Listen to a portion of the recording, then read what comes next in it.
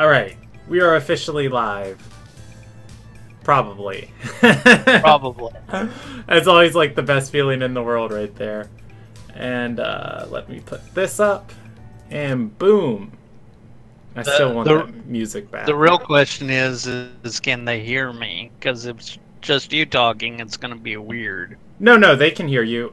You sounded a little bit robotic on my thing, or on my side, but otherwise you'll come through. I'm doing it just like we do the D&D sessions.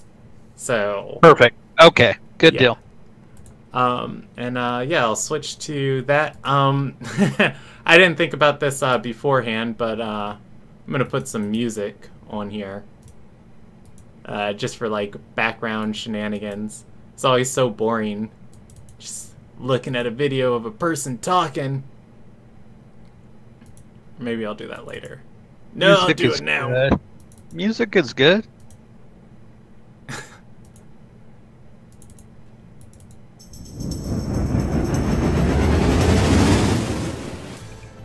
There we go. I have a soundtrack I got from Incompetech called Disco Medusa. I love it. Alright, nice. So anybody tuning in and watching this, welcome. We are doing another world building video. Oh, you know what? It's too late, but I just thought of what we should have named this video. World Building Wednesday. It's right there, you know. Anyways, we're gonna aim to do hopefully one of these every Wednesday. My schedule should allow for it, but we'll see. I missed last week from shenanigans. But anyways, with us this week we have Shelby. He's a player in the D&D campaign, and he's also building his own campaign world for tabletop settings. And, yeah, do you want to introduce yourself, Shelby, or do you just want to dive into it? Oh, absolutely. Let me introduce myself. My name is Shelby Williams, and I am a player for, how do you want to be called here on your... I would like to be called Denzel Washington. Please. And Mr. Denzel here, you know, you started that, and you will be forever known as Denzel. Oh, wait. You can just call me Brandon on YouTube channel. Yeah. So, Brandon here is my DM on a couple of my adventures. And yeah, I am building a world called Vahara. And it is a lot harder than I was hoping. Like, I started out really quick, and now I'm kind of in the mud, so to speak, with trying to come up with it. Could I run a game in it? Absolutely. Would I be happy about it? Maybe. It Happiness is overrated. Yes, it depends on how small they start. Like if they don't go anywhere, I'd be ecstatic, but that never happens. So, all right. That being said, I am going to be asking Brandon many questions. Some things that I've learned in the YouTube ether, and maybe he'll give me some feedback for my world. Okay, so yeah, let's just jump into it. I have no idea what these questions are going to be, so the answers that might come might be helpful or might not be, so we'll find out. What's the first one? Oh, they will always be helpful, Brandon. But yeah, you may be going, that's a good question.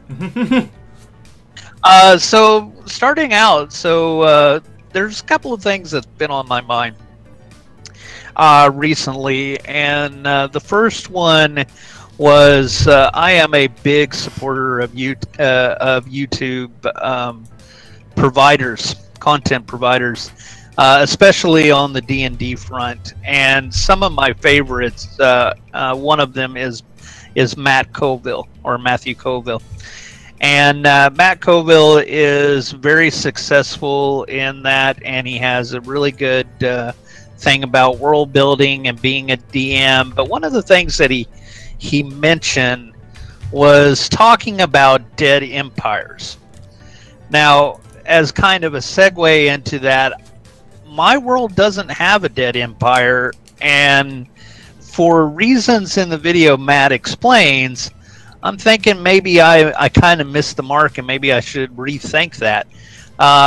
Brandon, tell us about how you've gone about doing dead empires. Do you have more than one dead empire in Ilderon? And if so, how did you go about building them?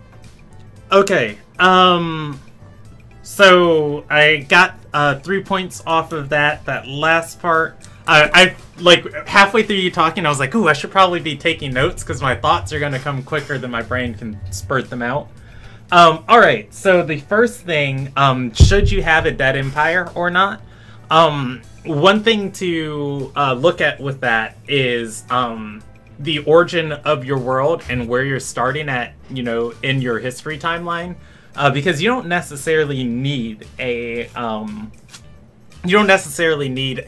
dead empire, especially if it's like the first society that's ever been planted here.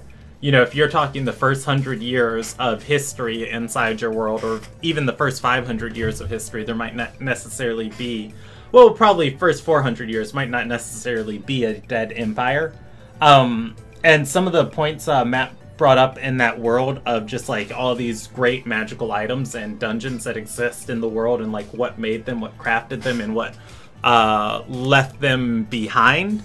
Some of those things can exist. One thing to keep in mind, I listen, or rather just to consider, there's this great podcast called Hardcore History by, I forget the guy who, the name of the guy who produces it and makes it and reads it, but he does a series of 4 episodes called The King of Kings, talking about Ashurbanipal, who was this great like Mesopotamian area, Fertile Crescent, like Persian Empire leader. And as he's setting up and getting to the point where he can actually talk about Ashurbanipal, one thing he mentions in the ancient world, how common it was to have like these great massive cities that would exist for, you know, 7 or so years, and the 8th year somebody traveling there and they're just completely gone, dead ghost towns. And doesn't necessarily have to be like a dead empire, but, you know, like a civilization can exist and a monster raid can wipe it off the map in a couple days, and then it might as well be, you know, like the ruins of your like civilization, if you were considering that in a broader topic. So like a ghost town, like in a cowboy story, where they walk in and nobody's around and tumbleweeds. Yeah, exactly. Yeah, that's actually a better metaphor for it. Then how did my dead empire, and then how I implemented it. So where I'm picking up in Ilderon and doing our storytelling is in the year 1014 AE, which is 1014 Ascended Era, which represents, oh god, I just realized how blurry I am on my webcam. We'll just make that smaller. Which represents the third age of technically history. Well, rather the second age of history. There is the Forgotten Era, which, you know, is for an unknown amount of time. Oh god, I forgot my own timeline. The Waking Era, which represents when humanity and elves and everything first started, or when humanity first started to come around in the world, and then the elves started recording history at that time. And then the Ascended Era represents the first time in history where a human became a god. And so from there, I have roughly about 3,000 years of history in the world, which, if you're just, for how I decided to go about my Dead Empire was, I compared that to our current world and timeline. We have about 5,000 years of human history, And if you and human history itself starts about 3,000 years before the recorded human history starts about 3,000 years before the birth of Christ, with the Hebrews being, some of the first people to write down the course of context and their events. And so 3,000 years would still put me, somewhere in a ancient era. And then moving from there, just deciding like how my world came about. All of my history starts in a place, and maybe this will load. There we go. All of my history recorded starts in a place called Cedal. And where I put my empire was on a continent of Galcan. Just because Cedal itself and how many societies are mashed together, it's very like European as far as like the influence of it. And so just moving through the rest of my world, I thought, well, what does this other continent look like in, 3,000 plus years when they don't have the entire... When the continent itself is about 1.5 times the size of Cedal, with about half the population, so settlements and everything are a lot more spread out. Civilizations are a lot more spread out, and you don't have the constant chaotic clashing of all these different nations, factions, and city-states all fighting each other. Then one area is able to get very powerful without another area really being in contact with its allies, and so one group just kind of grows and grows and grows and grows, and that's what framed the idea for my empire. And then the next things that just kind of moved on from there is like I decided where my empire was and how it came about is that one group was able to grow over the other groups without the other groups, being able to rally allies or anything in any sort of way to stop kind of like this tide of, the spread of this empire. So the empire in my world is called the Kayak Empire, and it is a dead empire. And my thoughts are coming as I'm getting this. So I'm going to try and boil this down to 3 questions. And I'm going to write them down so I can address each one and not forget and be like, wait, what? How did it... Alright, so,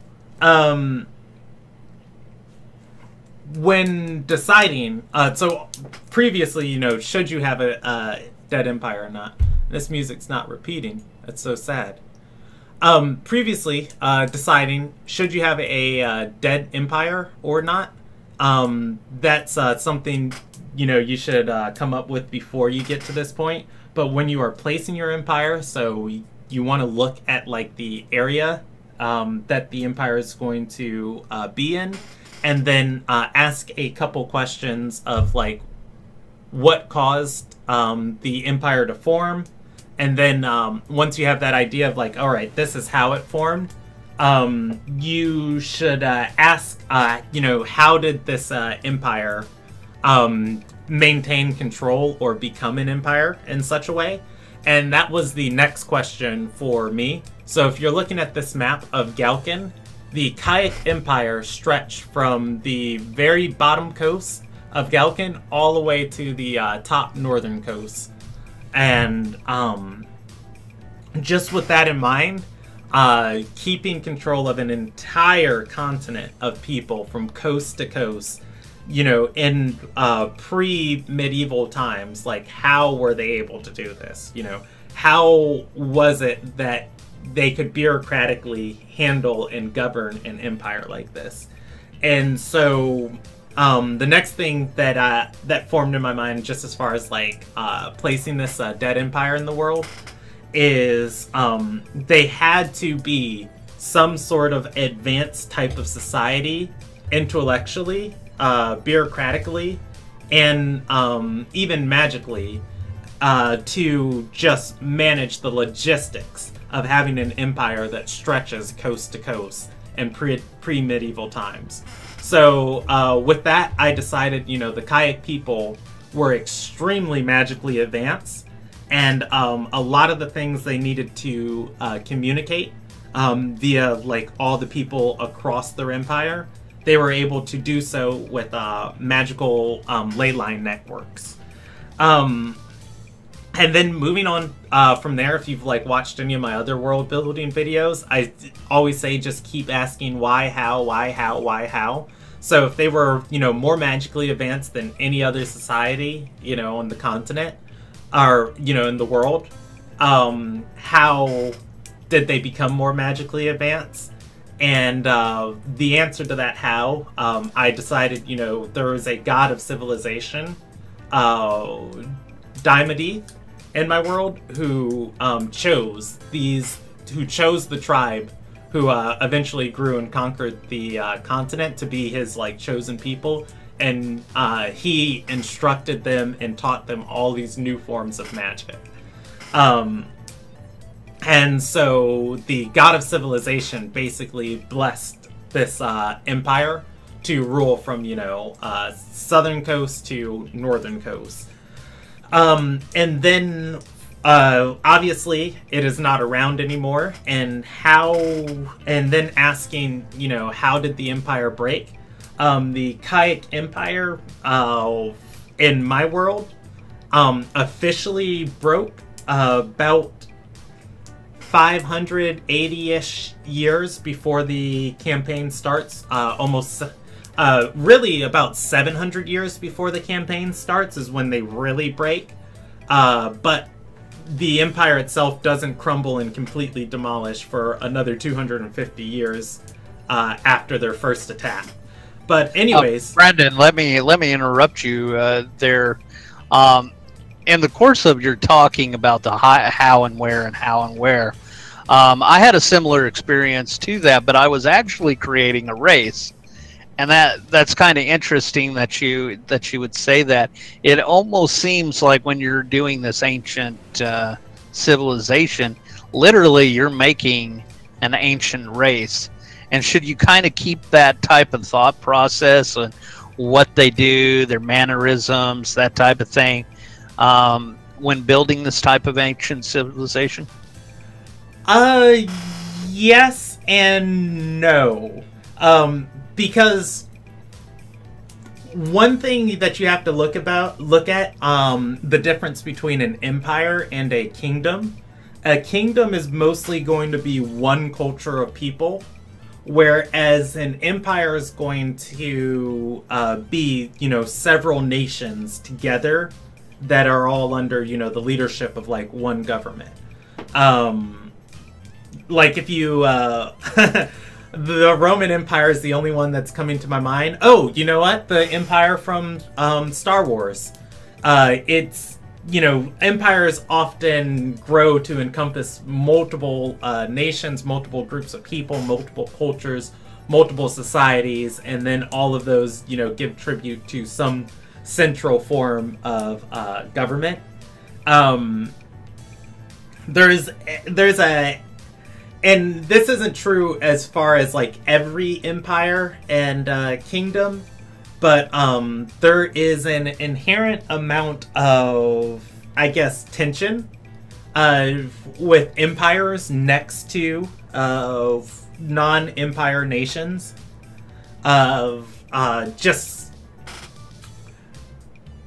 I'm trying to think of the proper word for it, and there's a wonderful game I played called Fallen Enchantress, and it's a RTS, or no, it's a turn-based strategy game, and all the factions in it are either empires or kingdoms, and the kingdoms don't like the empires, just generally because empires take over kingdoms, and there's this kind of freedom and unique identity to a kingdom that is lost in an empire, whereas an empire you generally think of like uniformity.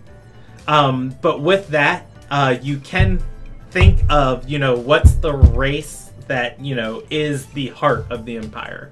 What race started all of this, and what's the ruling class look like for that culture in the empire, and then build out from there. And like once you have that ruling class, or that main core foundation of your empire, how do the other cultures and societies in your empire react and reflect upon that? Do they love them? Do they endear, the imperialistic society, or are they, oppressed or controlled underneath them? And with that, there's a lot of room for different races and societies within an empire, but an empire itself can have like a general theme that it moves towards. So, but with it being a dead empire, how much do you actually pay attention to that? I guess is what I'm getting at. That's definitely a fair question. That would be less. I guess that would be a less important factor of like how all the different races of the empire interacted. I would say yes. Look at it as building like your core race of the empire. But I wouldn't hammer yourself in too much to saying like this was the only thing there. But just having that springboard to build from, as far as like things your players get to explore in the world. Like if I was doing this for a D&D campaign setting, there might be, and this, like, I'm just going to pull a just generic idea out of my head. Dead Empire worships an evil fallen god. Somebody's trying to resurrect the empire and bring the god back to the world. If I was putting that into my D&D world as a campaign, one of the reoccurring themes, would be constantly battling and dungeon diving through the different runes of this empire, trying to stop these cultists from doing it. But at some point, just like thinking on, an empire has multiple groups of people, one of those dungeons could actually be like, oh, this is a old temple of the light, where these people were, subjugated by the empire, but they always resisted it, and they have an artifact that can help stop you. You find it in, the deepest, darkest reaches of, their destroyed temple. Which is, that's a society in that dead empire that contradicts, the whole theme of that empire, of they didn't want to serve the dark evil god. Did that make any sense, or...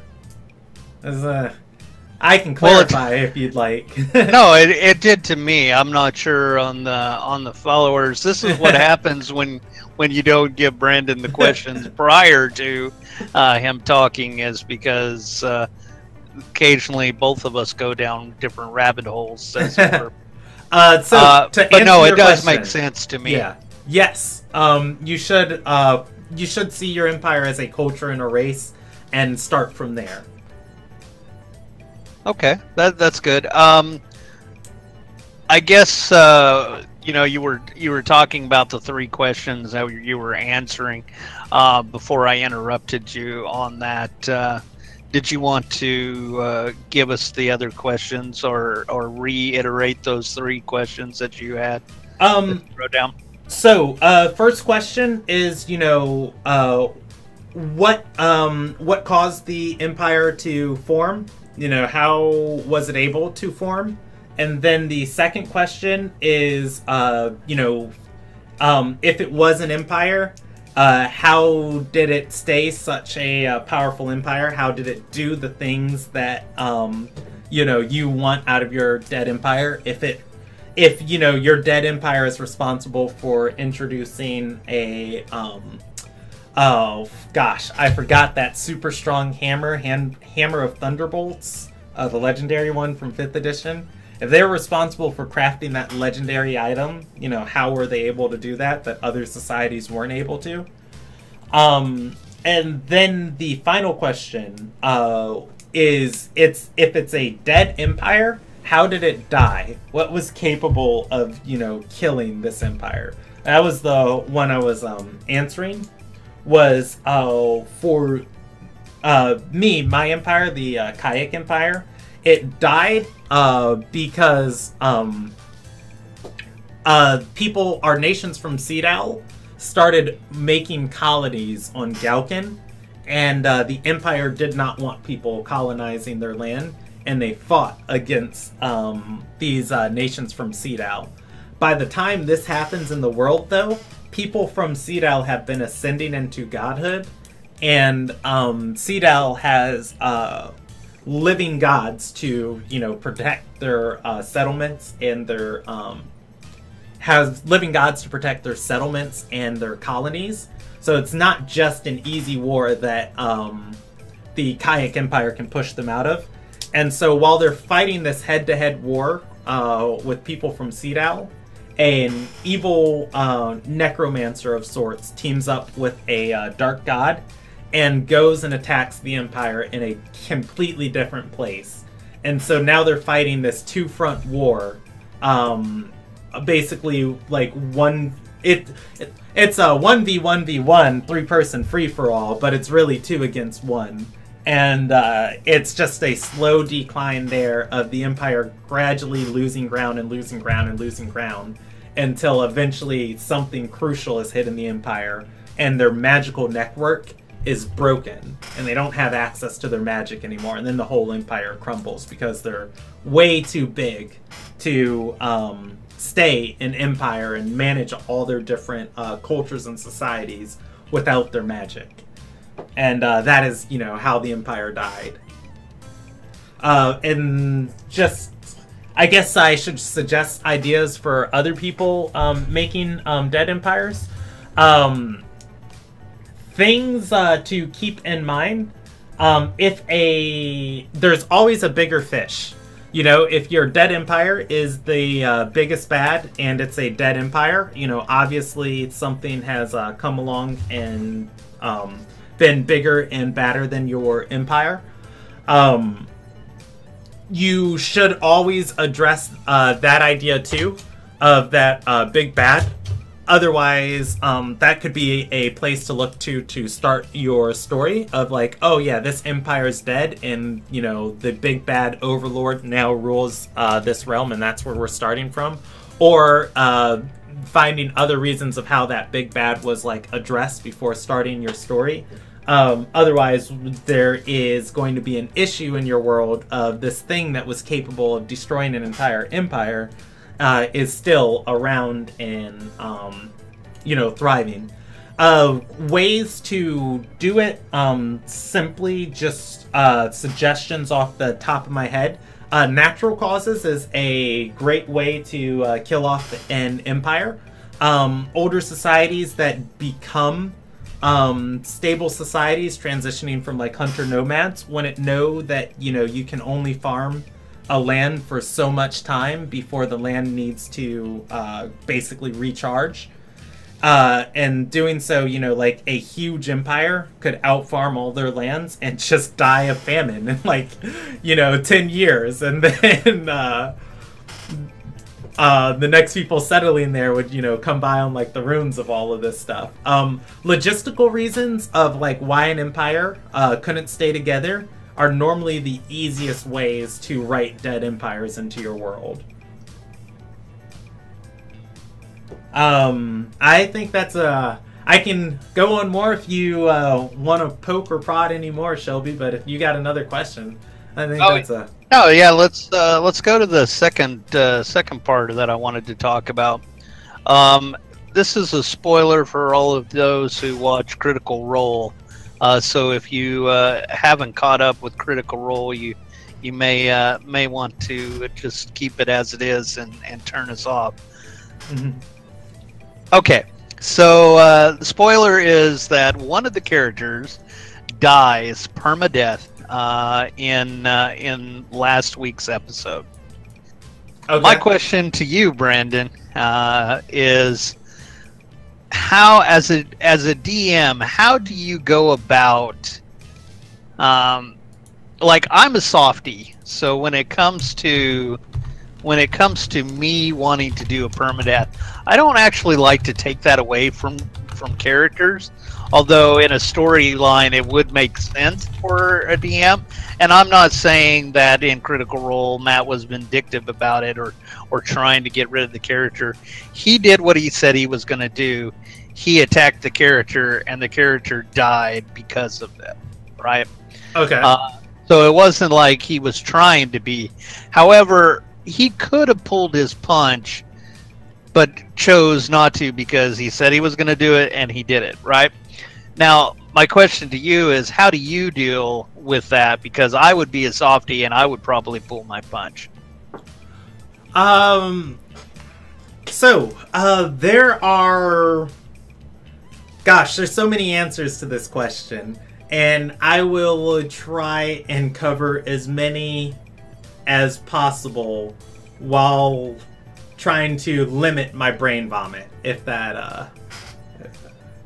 Alright, so, starting point for this, killing characters. Is it something you should or shouldn't do? That's going to be in your session 0 of, like, why and how people play D&D and talking to your player group.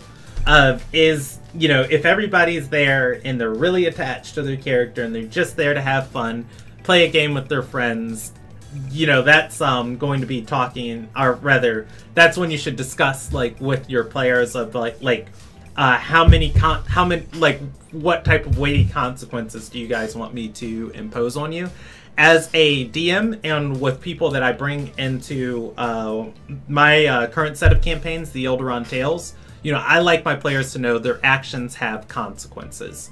And that's one of the things that makes role-playing and tabletop gaming so much more fun and engaging, is if the world is immersive. Well, I guess I'll actually reverse that and say consequences make the world more immersive.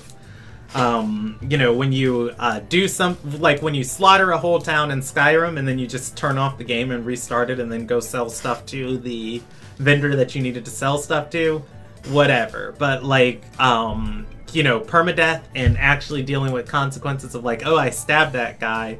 It's like, all right, here's how he reacts. I'm like, no, I'm just like, oh no, your actions have consequences, you know? I have had that issue where usually it's with younger players, you know? Younger players that tend to play like the cats or whatever, that'll be like, I scratched this NPC. And me as an old guy, I'm kind of like, why did you do that? There's no reason for that. But yeah, that without consequences, players tend to do that. Yeah. And one thing as a DM is just knowing, like, the tone of the player and being able to discern a joke between roleplay. And some players will, you know, like, oh, I do this, and it's like, oh, this happens. And it's like, oh, no, I was just kidding. And it's like, no, I've already told you the result of that. That's happened. But a lot of the times, before it even gets to that point, you know, you'll be able to, before you explain anything that happens, a lot of players will be like, oh, no, I'm just kidding. And if I have not told the players any, like, type of reaction or anything, normally I would just, like, let it slide. Like, okay, that's fine. But yeah, consequences relating to character death. And then should you kill characters or not? This really depends on the type of story you're telling within D&D too. So one thing that I am discovering the more I DM and the more I play is there's really two major approaches to heavy story, character-based D&D campaigns. D&D campaigns that are focused around story, and the moving element of that story is characters, or are characters. And the two approaches to that is either and I discussed this with the groups, but I haven't discussed it on stream.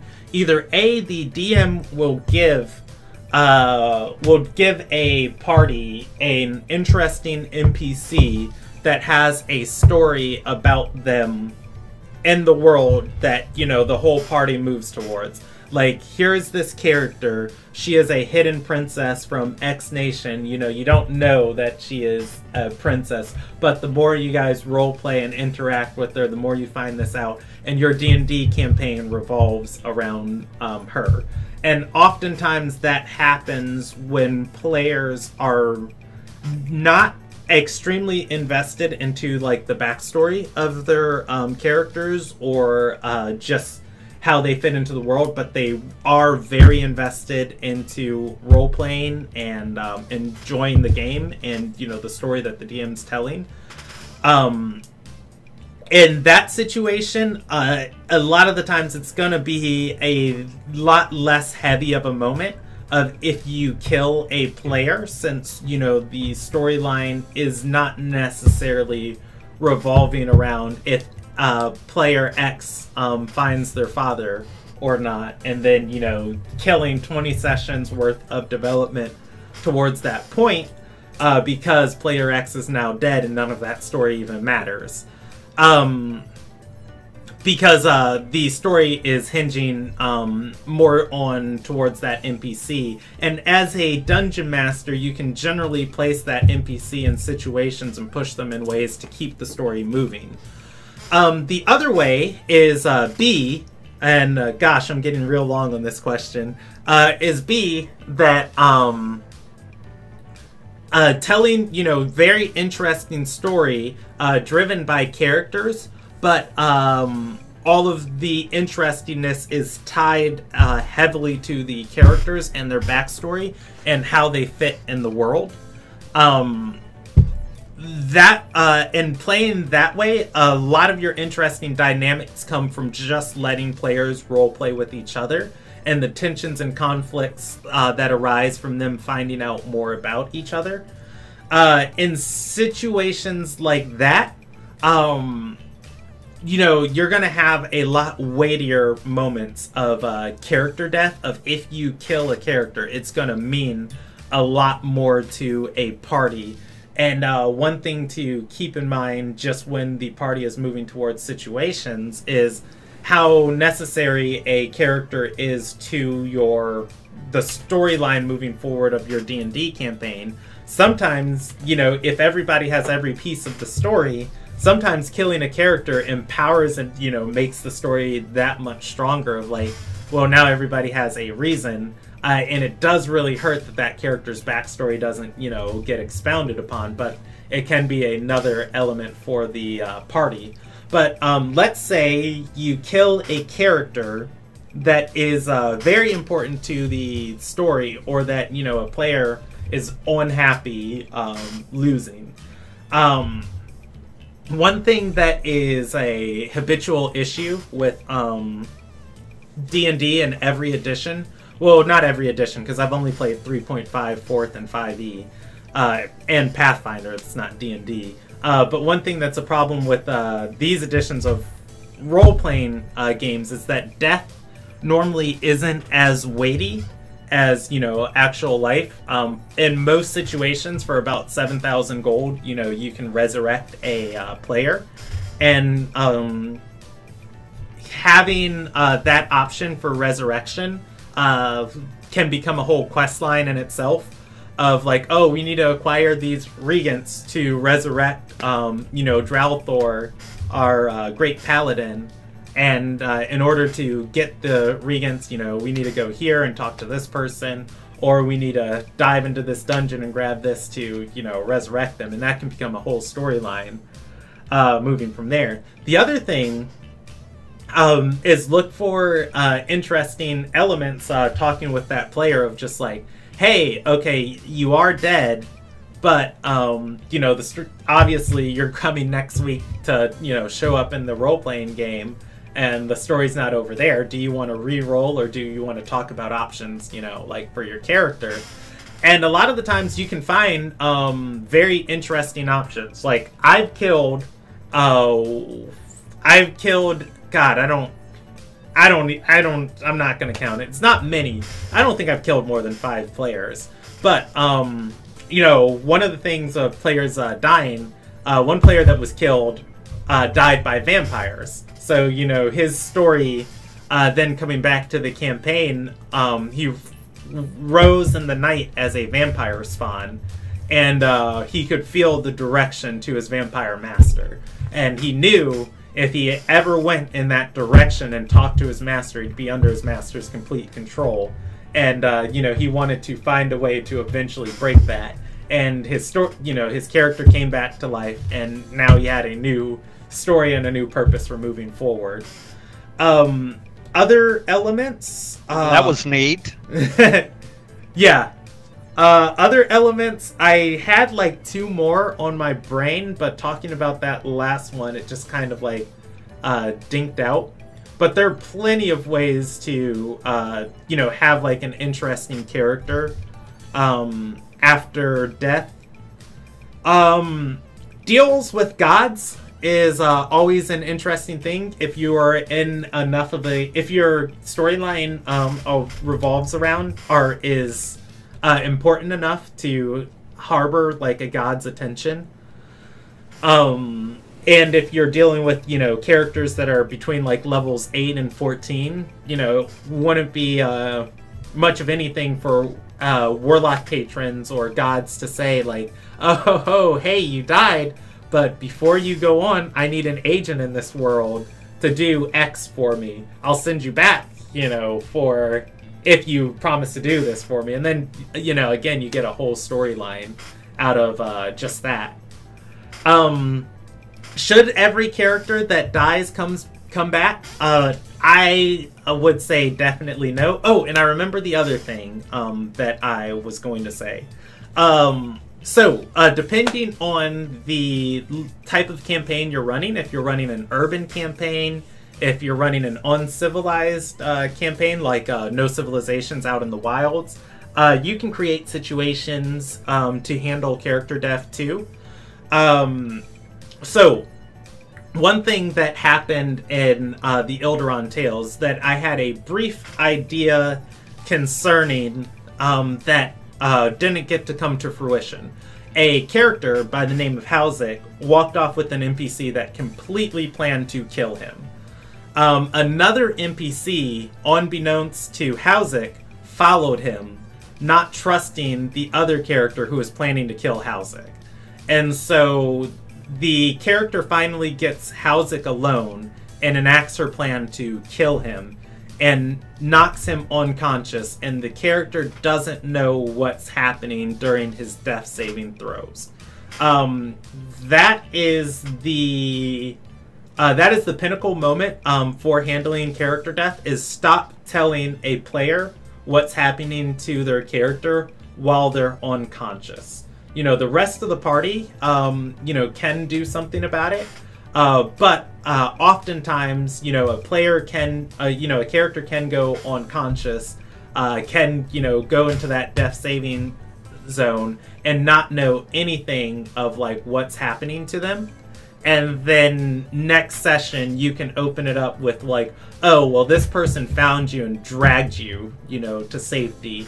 Or you don't necessarily have to do a Deus Ex Machina, but a lot of situations you can have foreshadowed already that like, oh yeah, you might die here, but there's also this outside element, this third party that's going to interact that you don't know what they're going to do. And as a result of you approaching death, you have no idea how they've intervened in this situation, which then, obviously, after the session you kill the player, you want to sit down and talk to them about like, hey, do you want to re-roll? Do you want to keep playing this character? Here's some options we have for, if you want to keep bringing this character back into the story. Like, here's some paths we can go about it. How would this character feel after death and things like that. But sometimes the dice fall where they fall, and you just have to let them. But moving into back to that, and I'm ping-ponging back between these. So consequences is the main topic of character death, and why it exists as a concept is that actions have consequences. You can impose consequences on character death in other ways of like a character, dies, an NPC barely saves them. They are now, magically enslaved to this NPC because of their death. And that is a consequence they face, because of their death, that they now have to handle this new element and, work from it. I have a general rule that normally I don't kill players in the first 3 sessions of a short campaign or the first 7 sessions of a long campaign. And most of the time, if players do something extremely stupid, they are getting, they're going to get some very heavy consequences weighted against their characters, not in the way of character death, but in the way of new RP elements that character now has to handle. Otherwise, face death, jail, prison, etc. And then if, the characters if the player keeps saying, well, it's a game, whatever, my character doesn't care, he's just going to ignore all those, then just kill the character. Kick the player from the session, there you go. You impose consequences, they're not adhering to them.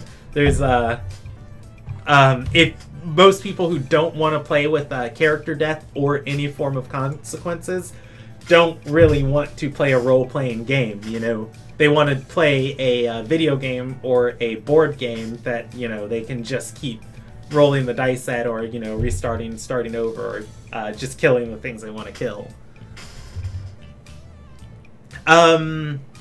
So fair enough on that. I guess my angle was more of when somebody like, I like to make a lot of characters. That's one of my flaws in the game. But when I do make a character, I try to go all out and really get behind the character on there. So for me, when a character dies, to me that basically equates to, well, I spent a week, maybe 2, maybe 3, creating this character, and now poof, it's gone. It's not one of those I just rolled the dice and okay, now this character is Superman. All right, I'm ready to go. So I can see why you would say if somebody is nonchalant and blasé about what they're doing on the table, then yes, I agree with you on that. Kill the character, kick the person on there. Sometimes you should kill players' characters just to spite the player. I'm kidding. Don't do that. Our top chat actually says to kill all of the players, so there is that too. But Brandon, or Denzel, as we had met, that is all of my questions today. I think we're at the 45-minute mark or greater, so I'm good to stop if you are.